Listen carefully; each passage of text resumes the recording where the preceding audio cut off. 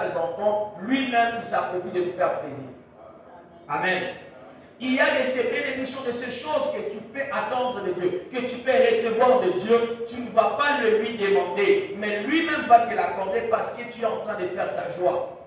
C'est pourquoi lorsque nous sommes enfants de Dieu, nous devons nous rassurer également à faire la joie de notre Dieu. C'est très important. Lorsque tu es en train de vivre ta vie, examine-toi toujours. Est-ce que dans ce que je fais, est-ce que dans ce que je suis en train d'accomplir, est-ce que je suis en train de faire la joie de Dieu? Parce qu'il est possible que tu vives, mais tu ne fais aucune joie de Dieu. Alléluia. Il y a des choses qui font la joie de Dieu. Une des choses qui fait la joie de Dieu, je ne vais pas en donner juste une des choses. Une des choses qui fait la joie de Dieu, c'est lorsque nous savons gagner une âme à Christ. La Bible dit qu'il y a de la joie devant le trône. Il y a de la joie devant les anges. Lorsque un seul pécheur change et tourne vers Dieu. Donc, lorsque une âme est gagnée à Dieu, cela fait la joie de Dieu. Donc, si tu veux déjà avoir des choses qui sont des plaisirs pour toi, qui sont des désirs pour toi, fais la joie de Dieu. Alléluia. Gagne une âme pour Dieu, il va te faire plaisir. Mais lorsque nous sommes en train de prier, nous devons demander à Dieu nos besoins. La Bible dit ne vous inquiétez de rien, mais en toutes choses, faites connaître vos besoins. Le besoin, c'est ce qui est nécessaire, c'est ce qui est important pour toi. Le besoin, c'est ce dont tu ne peux pas t'en passer. C'est ça le besoin. Et c'est pourquoi Christ dit, ne vous inquiétez pas de toutes ces choses-là. Parce que votre Père qui est dans le ciel, il connaît que vous en avez besoin. Matthieu 6, verset 33, je crois. Il dit, cherchez premièrement le royaume et la justice de Dieu, parce que le reste vous sera donné. Le Père connaît vos besoins. Et lorsque vous demandez à Dieu, Dieu s'attend que vous demandez les besoins, dont le besoin que vous avez. Alléluia. Alléluia. Ça, nous l'avons partagé au courant de la semaine. Mais une des choses que nous avons réitérées, nous avons dit qu'il y a plusieurs sortes de prières. Lorsque vous lisez dans Éphésiens chapitre 6, le verset 18, la Bible dit, faites en tout temps par l'Esprit toutes sortes de prières. Et nous avons dit qu'il y a plusieurs sortes de prières qui existent. Il y en a plusieurs. Mais ici, ce jour-là, nous avons parlé de deux sortes. Faute de temps. Amen. Et la première, le premier type de prière, nous avons dit, c'est la prière communautaire. En tant qu'enfant de Dieu, nous devons savoir que notre prière dans la communauté a une grande efficacité. La Bible dit ceci dans Matthieu chapitre 18, le verset 19, la Bible dit, là, si deux d'entre vous s'accordent à demander quelque chose à Dieu, il est cela. Et ça continue en disant au verset 20, là où deux ou trois sont ensemble à mon nom, je suis au milieu. Donc Dieu, des fois, nous exauce lorsque nous sommes unis. Lorsque nous sommes ensemble. Je l'ai dit ici et je l'ai répété, il y a de ces sujets, il y a de ce besoin, il y a de ces demandes que nous faisons à Dieu. Dieu ne peut pas nous les accorder lorsque nous sommes seuls. Alléluia. Il y a de ces choses, lorsque tu demandes à Dieu, il faut que vous soyez unis. Parce que dans l'unité, vous attirez la présence de Dieu. La Bible dit, il est doux et agréable pour les frères de demeurer ensemble, car c'est là que l'Éternel envoie sa bénédiction. Il est très important que l'Église sache que nous sommes censés nous unir pour demander des choses à Dieu. Lorsque nous venons à l'Église, lorsque nous nous assemblons, c'est pour demander certaines choses à Dieu. Alléluia. Et c'est pourquoi même, vous voyez, l'auteur du livre des Hébreux est en train de le dire dans Hébreux 10, verset 25, il dit, n'abandonnons pas nos assemblées, comme c'est la coutume pour quelques-uns. Je vais dire à quelqu'un ce matin, n'abandonne pas notre assemblée. Amen. Alléluia. Aide-moi à toucher ton voisin, dis-lui, n'abandonne pas ANC.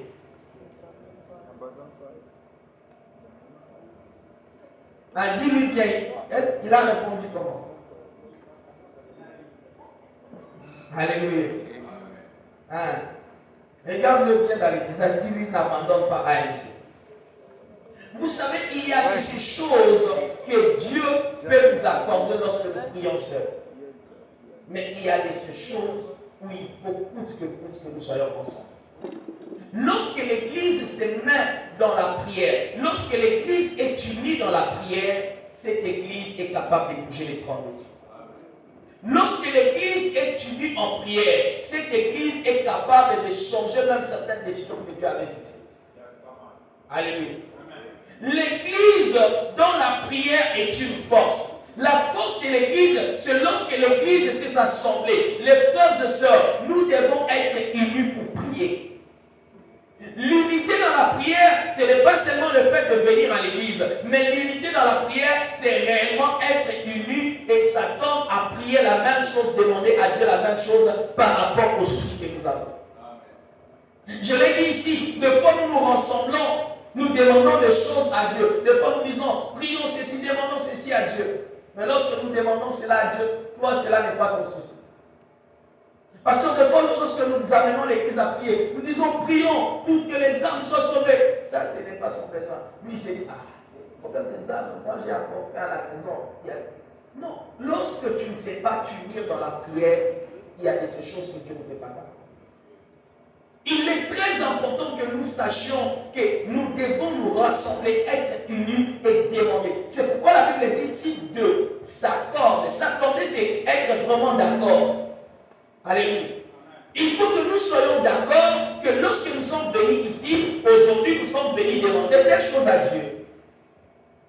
Lorsque nous sommes venus ici, nous sommes en train de rechercher ceci de la part de Dieu.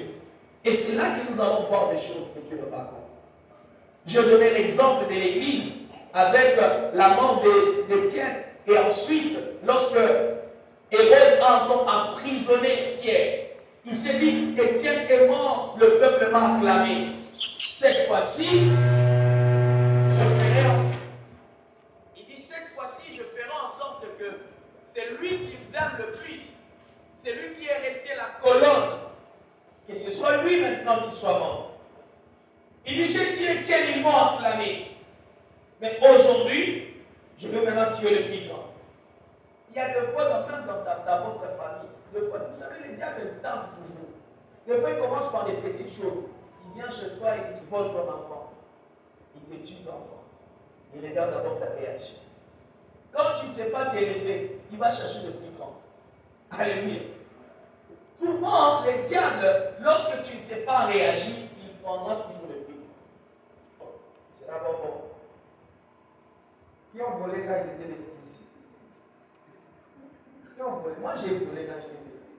Parce qu'il y a un niveau. Alléluia. Vous savez, des fois, quand on met l'argent à la maison là et vous voulez voler, vous ne commencez pas par 100 $. Hein? Quel est ce voleur qui a commencé avec 100 $ ici à la maison? Non. On commence par les petites choses. À l'époque où c'était les 100 francs, les 50 francs, tu viens d'abord, tu soutiens. Quand il y a une pièce comme ça, tu prends juste un billet. Les premiers jours, tu vois, on n'a pas remarqué. Quand on ne remarque pas, quand on ne crie pas, maintenant tu vas ajouter. N'est-ce pas? C'est comme ça que le vol avance. Les lendemains, tu étais dans les 100 francs, tu étais dans les 1000 francs, tu vas te retrouver, tu es dans les 50 000. Avant, tu volais quelques billets, un autre jour, tu prends toute une liasse. Et c'est comme ça que le voleur agit. Et c'est aussi comme ça que le diable agit. Des fois, le diable peut te voler des petites choses, mais lorsque tu ne sais pas qu'il est dans la prière, il arrache le plus grand. Le diable a arraché Étienne. Et cette fois-là, il a dit non, je prie Étienne, je vais maintenant prendre Pierre. Ça va être la bonne fête. Et nous allons tuer Pierre. Et la Bible dit, lorsqu'il a pris Pierre, l'église s'est assemblée. Et ils se sont levés dans la prière. L'église s'est dit, nous avons perdu Étienne, mais cette fois-ci, nous ne perdons pas Pierre. Je voudrais dire à quelqu'un, deux fois, il y a des choses qui nous arrivent dans la vie. Tant que tu ne prends pas la décision de t'élever dans la prière, ces choses ne vont pas te laisser. Il y a des choses qui t'arrivent aujourd'hui. Si tu es complaisant avec les diables, tu vas mourir. Mon frère, ma soeur, si tu es complaisant avec les diables, on ne bâtit pas avec les diables, on ne sourit pas avec les diables. Les diables, on les combat. Alléluia. Si tu es complaisant. Oh, il faut dire mon temps, ça va ici. Mon mouton a jour. Atakama c'est ça pour moi. Alléluia. Il commence toujours comme ça. Et c'est là que l'église s'est ensemblée. La Bible dit lorsque l'église s'est ensemblée, l'église a prié. Dieu a réagi. Alléluia. Lorsque l'église s'unit dans la prière, c'est la bouche de trône de Dieu. La Bible dit Dieu a dépêché un ange. Un ange est entré dans la prison. Pierre était lié par des chaînes. Mais la Bible dit, l'ange, lorsqu'il est arrivé, les chaînes se sont brisées. La prière a la capacité de briser les chaînes de ta vie. Là où ta vie est liée, prie seulement. Oh, les liens familiaux. Oh, toi, ceci, les liens du bébé. Prie. Parce que la prière a la capacité de rompre tout lien. La Bible dit que Dieu a dépêché l'ange et l'ange est venu, il a libéré Pierre. Alléluia. Et c'est pourquoi il est très important que nous sachions nous unir dans la prière. Il est très important que nous sachions le rôle de la prière communautaire. L'église doit être une maison de prière. Alléluia. AMC, nous devons être une maison de prière. Amen. Dis Amen bien.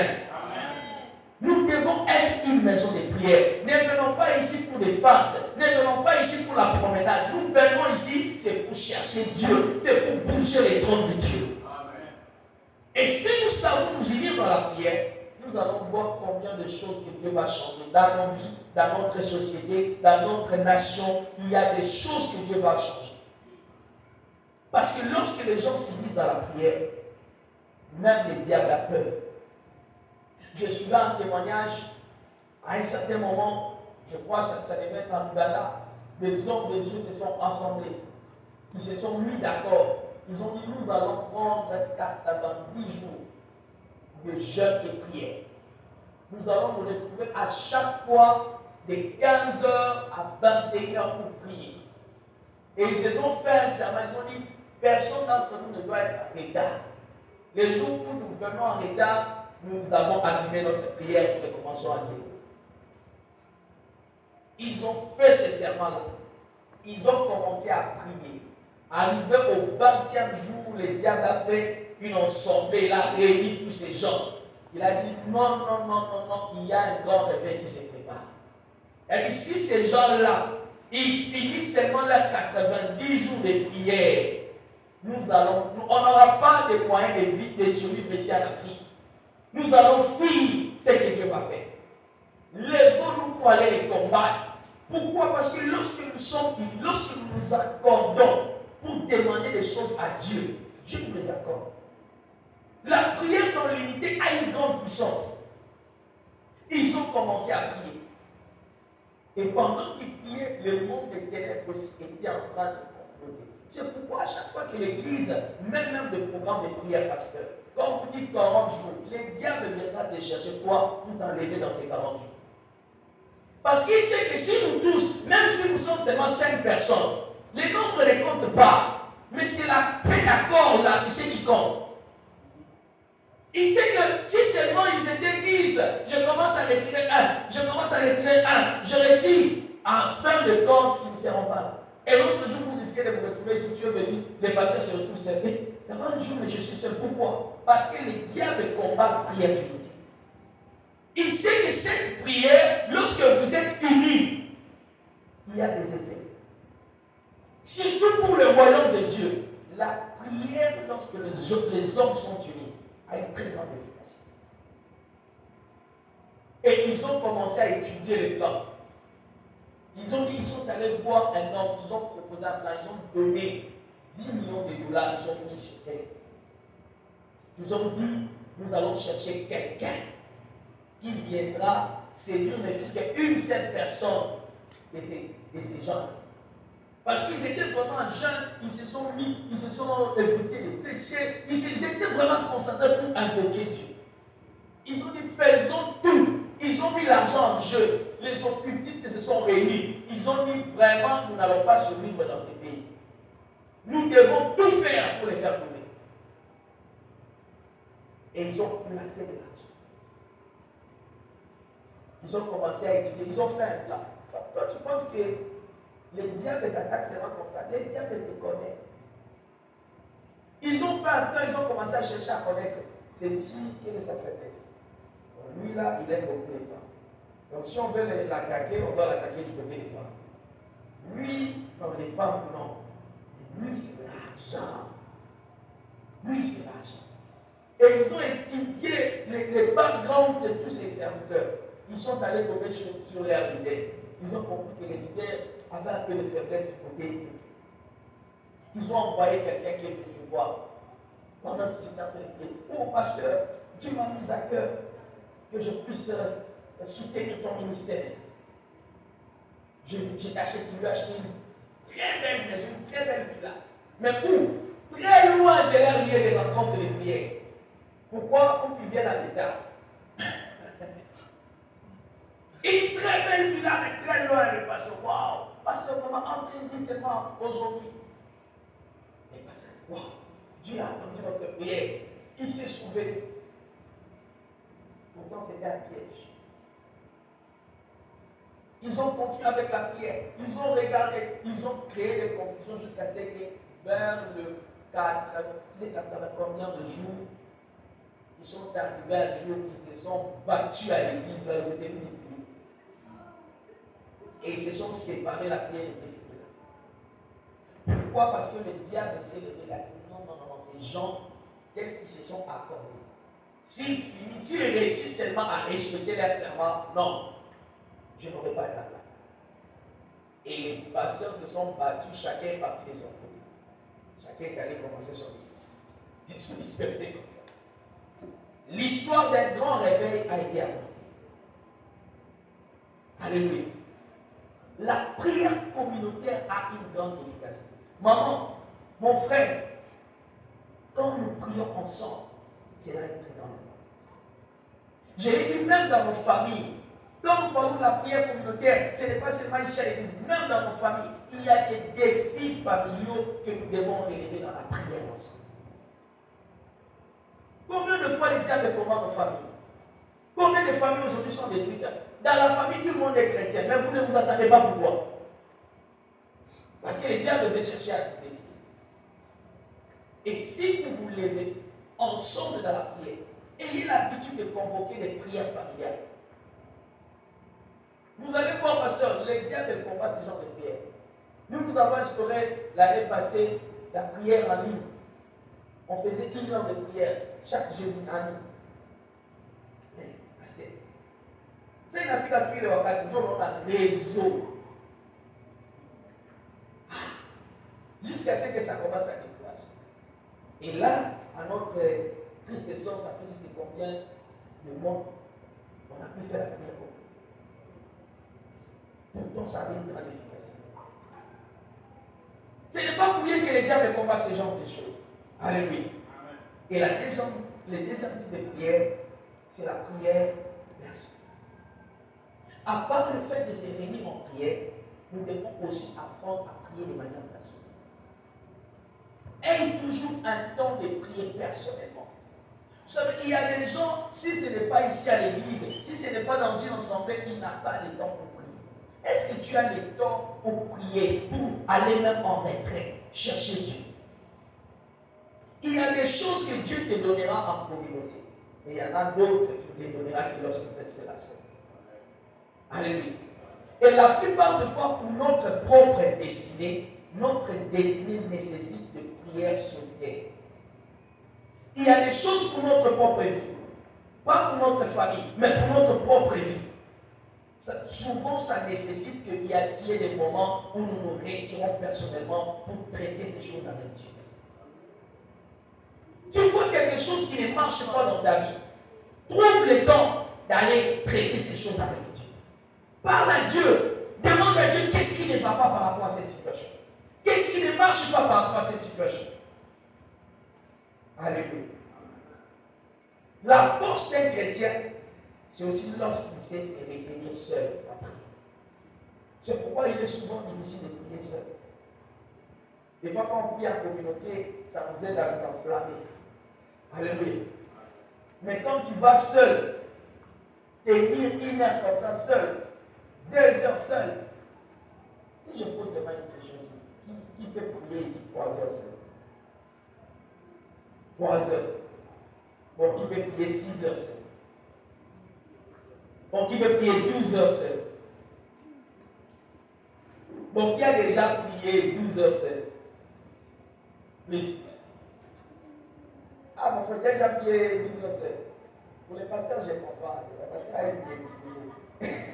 Alléluia. C'est pas facile. Unaomba hivi, unasikia mashwara. Inaluma. Tu pries comme ça, tu sens même la tête commence à faire mal. Et tu persévères. Et lorsque tu sais tenir des défis pareils dans la prière, mon cher, tu deviens un homme puissant. Les démons ne te résistent pas. Les démons te fuient. Et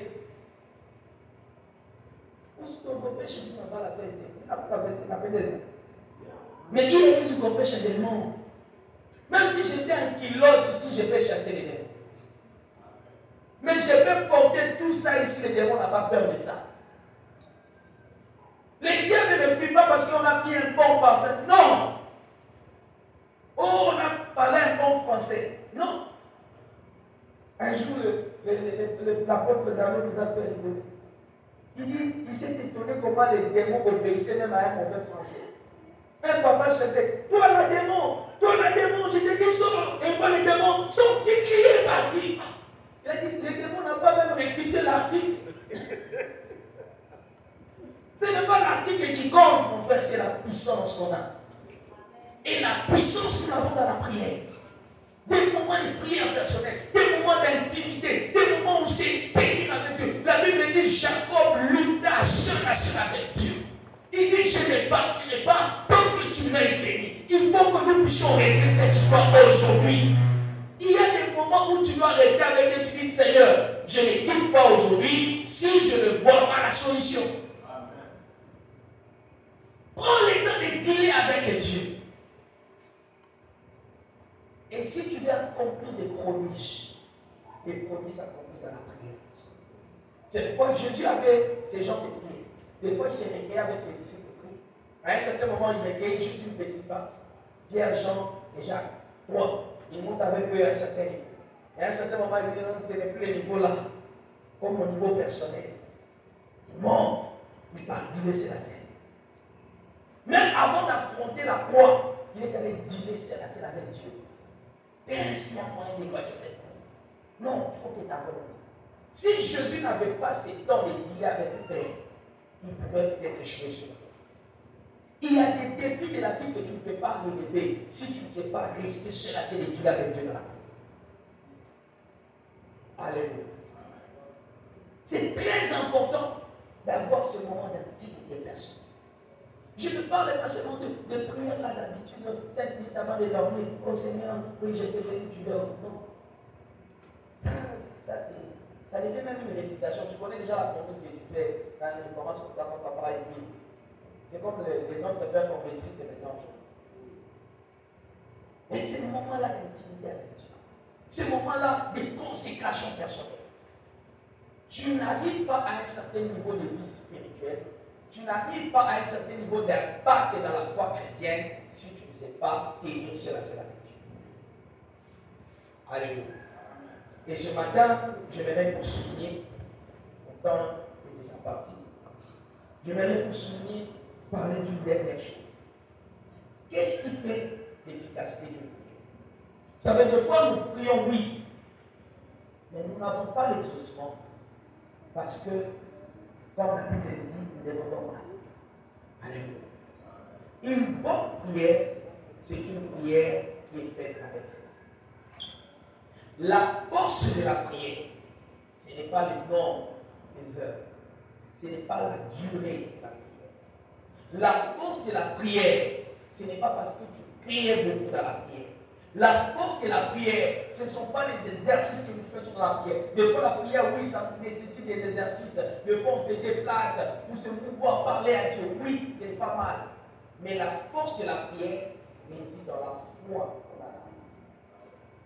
Lorsque tu pries et que tu n'as pas de foi, c'est que tu fais une nulle devant Dieu. Alléluia. Dieu, mentionné cela pour cet écrit, Dieu ne nous répond pas. Dieu ne répond pas à nos prières parce qu'il a pitié de nous. Alléluia. Dieu ne répond pas à nos prières parce qu'il a pitié de nous. Dieu répond à nos prières parce que nous avons cru en lui. C'est pourquoi tu peux pleurer.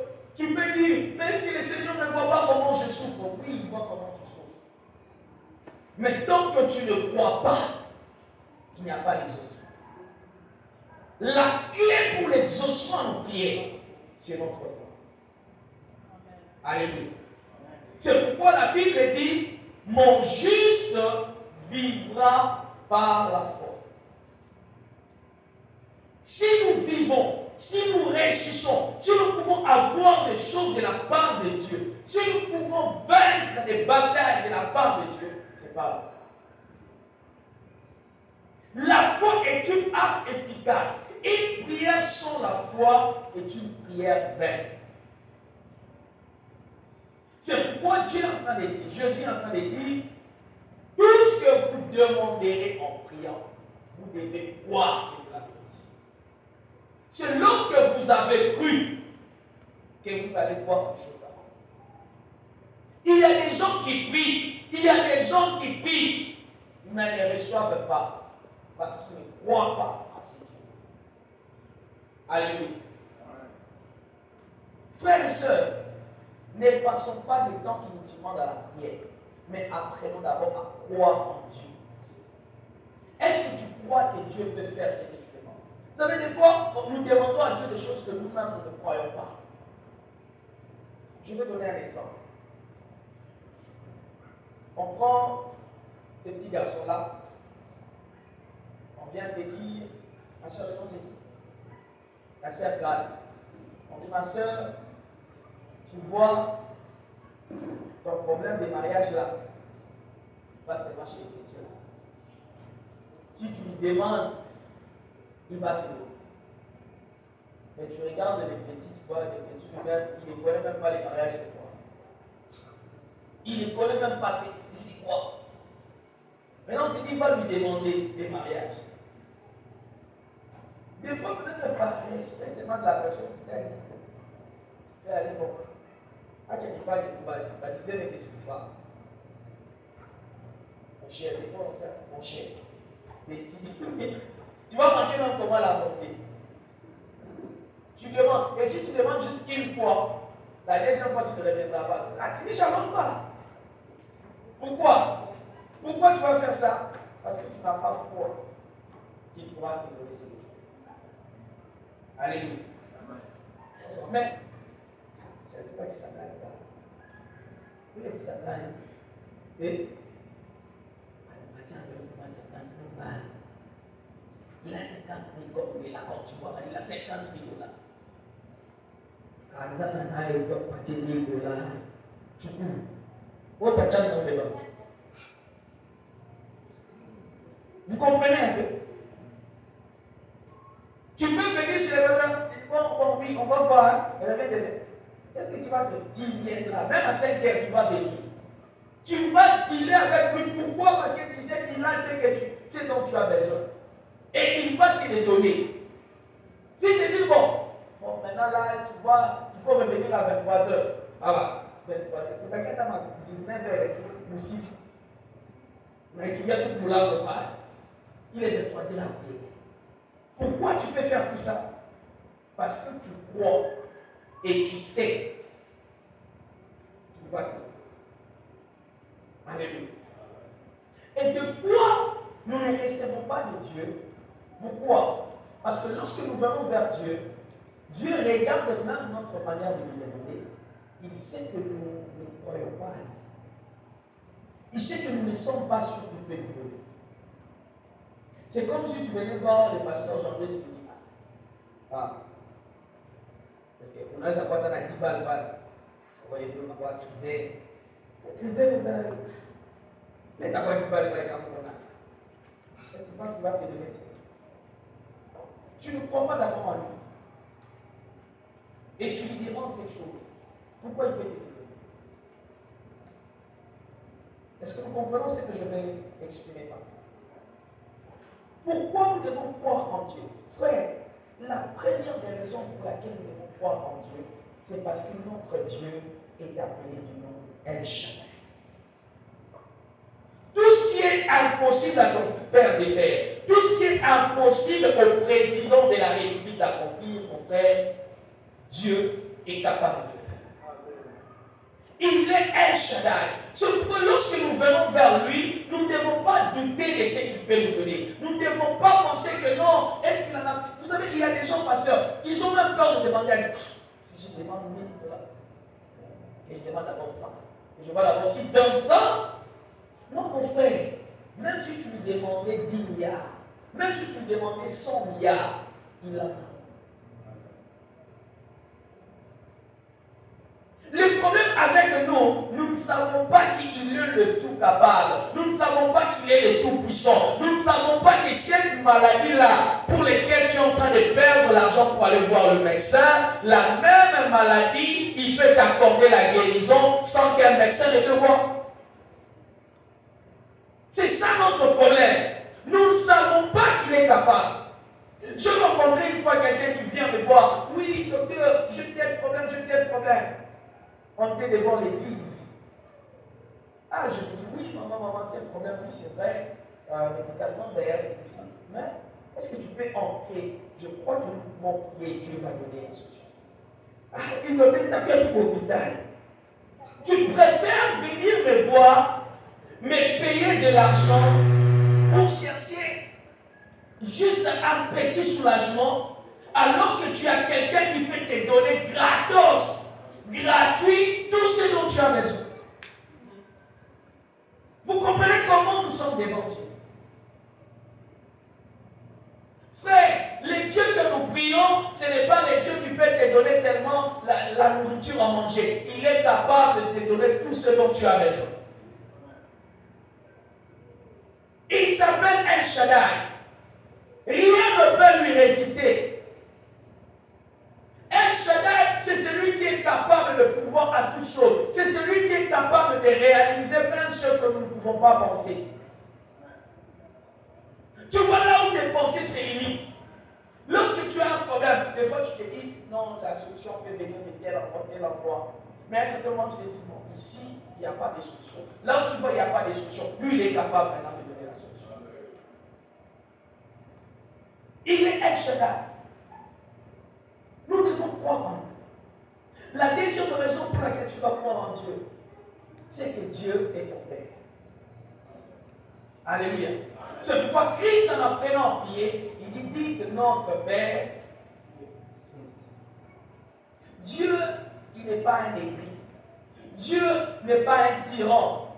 Dieu n'est pas un roi que nous ne connaissons pas. Non, pour nous, c'est un Père. Vous savez, lorsque tu sais voir Dieu comme un roi, tu auras des réserves avec lui. Mais lorsque tu le vois comme un père, un enfant, vous savez, attendez seulement que Jackie commence un peu à grandir ici. Lorsqu'il verra son papa ici, la chair en train de prêcher, il aura tendance à le suivre ici. Parce que pour lui, ce n'est pas votre pasteur, lui c'est son papa. Vous comprenez un peu ça? L'enfant n'a pas de retenue avec son père. Et croyez-moi, même s'il venait ici, les pasteurs ne vont pas les gifler. D'après tout, c'est sa raison. Il a raison.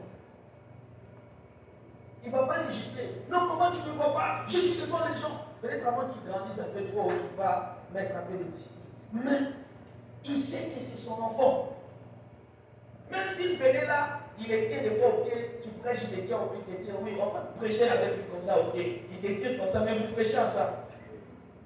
S'il y avait un protocole qui sera prudent pour venir prendre l'enfant, il va rester là. Et c'est ça notre Père. Alléluia. Nous n'avons pas de retenue avec Dieu. Lorsque nous demandons à Dieu, c'est un droit pour nous. C'est pourquoi Jésus, en parlant à ses disciples, il dit, mais jusqu'à présent, vous n'avez rien demandé. Mais pourquoi vous l'avez demandé et il vous sera donné avant que votre jour soit parfait? Vous avez un Père, il a tout ce dont vous avez besoin. Mais pourquoi vous ne demandez pas? Est-ce que quelqu'un me comprend? Dieu, c'est un père. Chaque père aime du bien de son fils. Vous voyez cet enfant tel qu'il est là. Des fois, il ne sait pas qu'il a faim lui-même.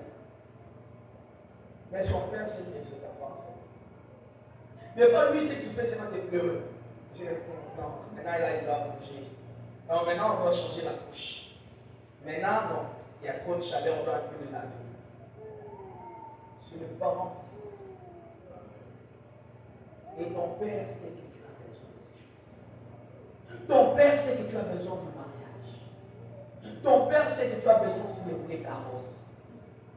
Ton père sait que tu as aussi besoin un peu de quitter, d'aller en vacances aux îles Bahamas. Alléluia. Ton père sait que tu en as besoin. Le problème pour toi, c'est de venir seulement avec assurance. Papa, vous voyez, je vais aller aux vacances. Vous savez, moi, je le donne avec mes enfants. Je peux ne pas avoir même 10 francs. Mais là, papa, achète-nous aussi cette photo-là, achète. Et là, tu vas dire quoi? Oui, je vais vous acheter. Alléluia. Pour eux, tu es un papa.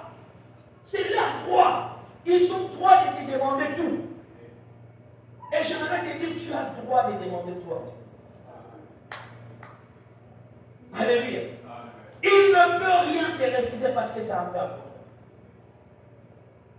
Tant qu'il est ton père, il peut tout avoir. Le problème avec toi, tu viens seulement, tu n'as pas de foi. Le problème avec toi, vous savez, la foi c'est quoi? La foi, c'est déjà voir l'exaucement. Alléluia. Je vais dire à quelqu'un, la foi a des yeux. Tu as ton voisin, la foi a des yeux. C'est pourquoi Dieu est en train de dire, le juste ne vivra pas par la vue. Nous ne marchons pas par la vue. Nous ne marchons pas avec les yeux ici physiques. Mais nous marchons par les yeux de la foi. Vous comprenez? Donc la foi peut se retrouver devant la mer rouge, pendant que les yeux ici voient la mer rouge, mais la foi est en train de voir un boulevard. Alléluia. La foi, tu peux être devant, dans les déserts. Il n'y a pas de source d'eau tout autour, mais la foi est en train de voir une source dans le rocher.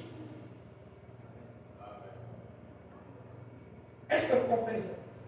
Le problème avec toi, tu dis tu as la foi, mais qu'est-ce que tu vois? Même lorsque tu demandes à Dieu de ces choses, qu'est-ce que tu vois comme réponse? Alléluia. C'est pourquoi vous allez voir, la femme à la perte de sang avait la foi. Pourquoi? Parce que la Bible dit, elle se disait en elle-même. Donc, avant de venir, elle se voyait déjà. Quand je vais rencontrer Jésus, si je touche seulement, quand je vais toucher là, ça va être. Elle voyait ça. Elle n'a pas vu ça lorsque ça s'est manifesté. Mais elle avait vu ça. Et c'est pourquoi sa foi l'a poussée même pendant qu'il y avait toute une foule. Pendant qu'elle était fatiguée, elle était là, vous savez, avec la perte de sang, elle pouvait être anémique, elle pouvait avoir un peu de vertige. Mais pendant qu'elle avait tout ça, elle voyait seulement quand je touche. Et c'est pourquoi elle a fait l'effort jusqu'à toucher. Et ce qu'elle a vu, c'est réalisé. Qu'est-ce que tu vois lorsque tu demandes à Dieu? Frères et sœurs, ce matin on n'a pas trop de temps.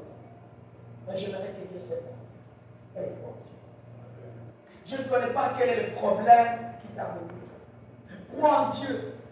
La maladie qui te tourmente là, Dieu a une solution.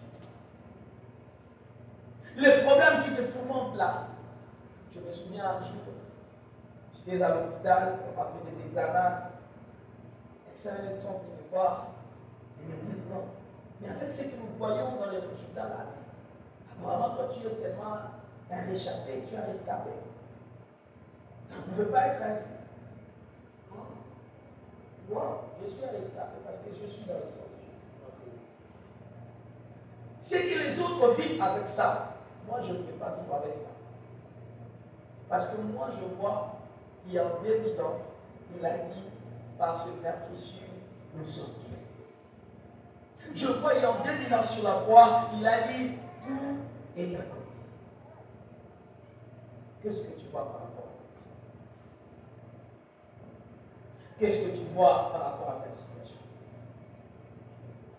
Qu'est-ce que tu vois par rapport à la circonstance dans laquelle tu es? Il se fait que pendant que je suis en train de parler, les loyers à la maison, il n'y en a pas. Tu te dis, on risque même de chasser ce mois ici. Et qu'est-ce que tu vois? Est-ce que tu vois les bailleurs venir te chasser, ou bien tu es en train de voir un Dieu qui te donne l'argent pour les loyers? Qu'est-ce que tu vois? Il se peut que tout le monde te dise déjà l'âge est avancé, mais tu ne te maries pas, pourquoi? Tu ne te maries pas, pourquoi? Est-ce que tu te vois comme une dame qui est restée chacun à la maison, elle n'a pas d'enfant, elle n'a rien? Ou bien tu te vois comme celle que Dieu a restaurée, a donné un bon mariage? Qu'est-ce que tu vois par rapport à toi-même? J'aimerais te dire ce matin, garde-toi. Mon frère, ma soeur, si tu n'auras rien retenu de tout ce que je t'ai dit, retiens-moi cette chose. Aie confiance en Dieu. Nous sommes dans un monde où il y a beaucoup de problèmes. Nous sommes dans un monde où il y a beaucoup de difficultés. Les difficultés, ils n'en manqueront jamais. Aie confiance en Dieu. L'apôtre Paul pouvait dire aux Philippiens, c'est lui qui a commencé cette bonne œuvre en vous, la rendra parfaite jusqu'au jour de ça. J'aimerais te dire, le Dieu qui a commencé avec toi les parcours ne va pas t'abandonner à l'échec. Il ira avec toi jusqu'au bout. Une fois. Que Dieu bénisse sa parole.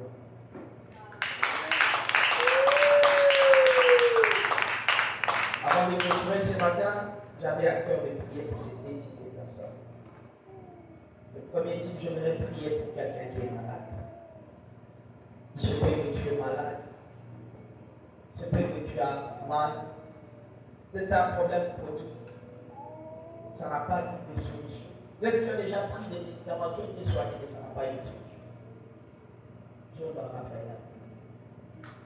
J'aimerais juste t'inviter à l'église. Nous allons prier. Toute l'église va prier pour toi.